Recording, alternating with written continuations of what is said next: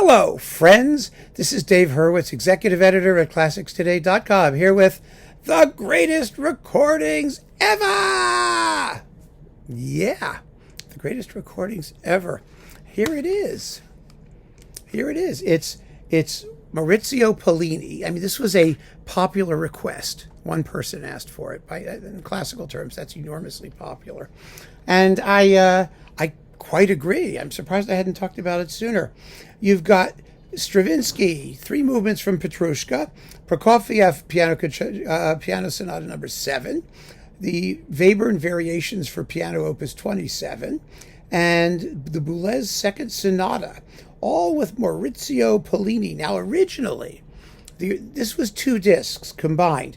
The original one was Stravinsky and Prokofiev, and then you got, a few years later, Webern and Boulez.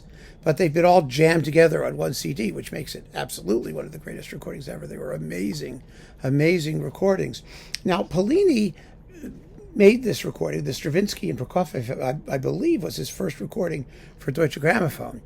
And it was marvelous. And there was a time where he absolutely vaulted to the very top of the pianistic world, because he did not just crazy modern stuff or difficult modern music, which he played superbly well.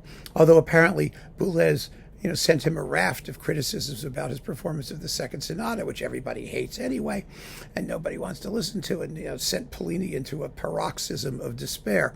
But that's par for the course. That's a no good deed goes unpunished thing, which is so what happens with avant-garde music. But anyway, he did that, and he did the Stravinsky, and he did the Prokofiev, which was competing with like Richter, the great Richter, and competing well, just as fabulously as Richter, in works that were proprietary to him.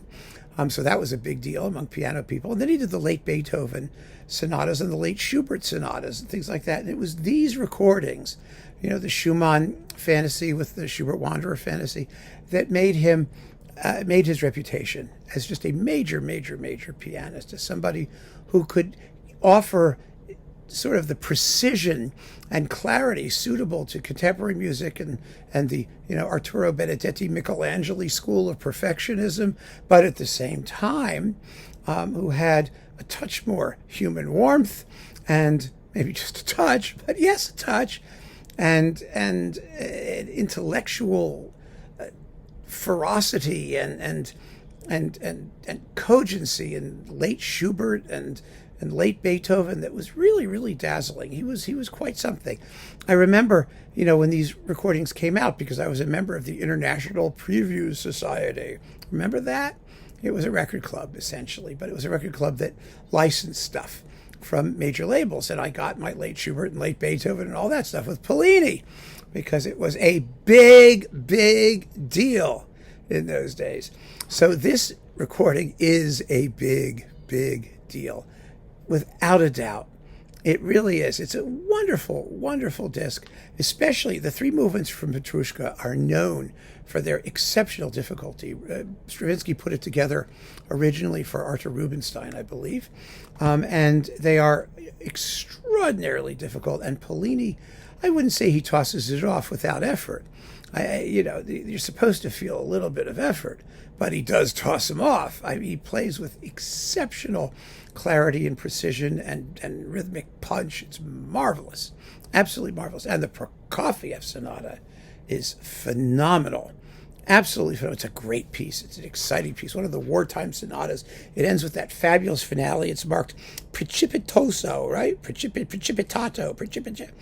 Precipitously. Precipitato, there it is. And it's just one of the most exciting hell rides in all of pianodom.